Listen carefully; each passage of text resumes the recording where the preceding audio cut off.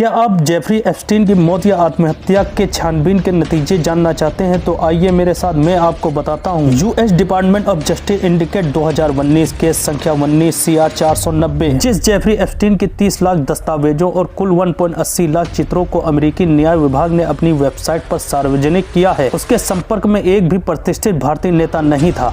संदिग्ध परिस्थितियों में 10 अगस्त 2019 को न्यूयॉर्क की अत्यंत सुरक्षित जेल में बैठी अवस्था में आत्महत्या करने वाले एप्स्टीन की फाइलों की भारत में बहुत चर्चा हो रही है, लेकिन वो कोई भरोसेमंद व्यक्ति था ही नहीं। वो उस सदी का सबसे बड़ा मनोवैज्ञानिक अपराधी था। जेफरी एप्स्टीन दिखावे को एक फाइनेंसर था, लेकिन हकीकत में था एक शातिर ब्लैकमेलर, अपराधी, बलात्कारी और तस्कर, जिसने दशकों तक सत्ता, पैसे और संपर्कों का दुरुपयोग किया। एप्स्टीन पर नाबालिग लड़कियों की तस्करी और यौन शोषण का मुख्य आरोप था। 2019 में उस पर फिर से संज्ञेय आरोप लगे कि उसने 2002 से 2005 के बीच दर्जनों नाबालिग लड़कियों का शोषण किया। उसके करियर की शुरुआत ही विवादों में रही कि उसके पूर्व गुरु स्टीवन हाफेनबर्ग ने दावा किया था कि एप्स्टीन 1980 के दशक में अमेरिका का सबसे बड़े पोंजी स्कीम घोटालों में से एक जैसे टावर्स फाइनेंशियल कॉर्पोरेशन में भी शामिल था। हालांकि आधिकारिक तौर पर उसके ऊपर ब्लैकमेल के आरोप इसलिए पूरी तरह सिद्ध नहीं हुए क्योंकि आखिरी मौके पर उसके शिकार ही पीछे हट गए।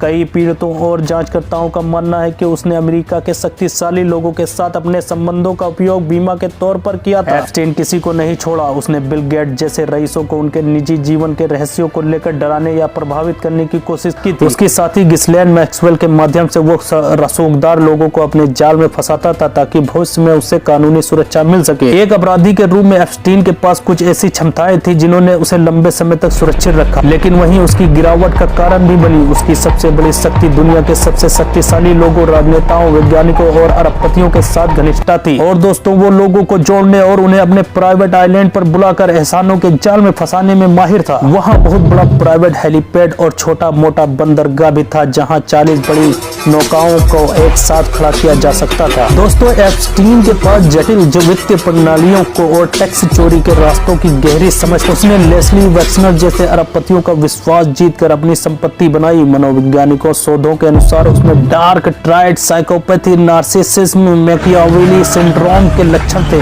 जिससे वह बिना किसी पछतावे के दूसरों का शोषण कर पाता था। उसे लगता था कि उसके हाई प्रोफाइल संबंध उसे हमेशा बचा लेंगे। इसी अहंकार के कारण उसने 2008 की सजा के बाद भी अपनी अवैध गतिविधियां जारी रखी थी। दोस्तों, उसकी सबसे बड़ी कमजोरी वे लड़कियां जैसे वर्जीनिया गिफरे साबित हुई, जिन्होंने डरने के बजाय दशकों तक न्याय की लड़ाई लड़ी।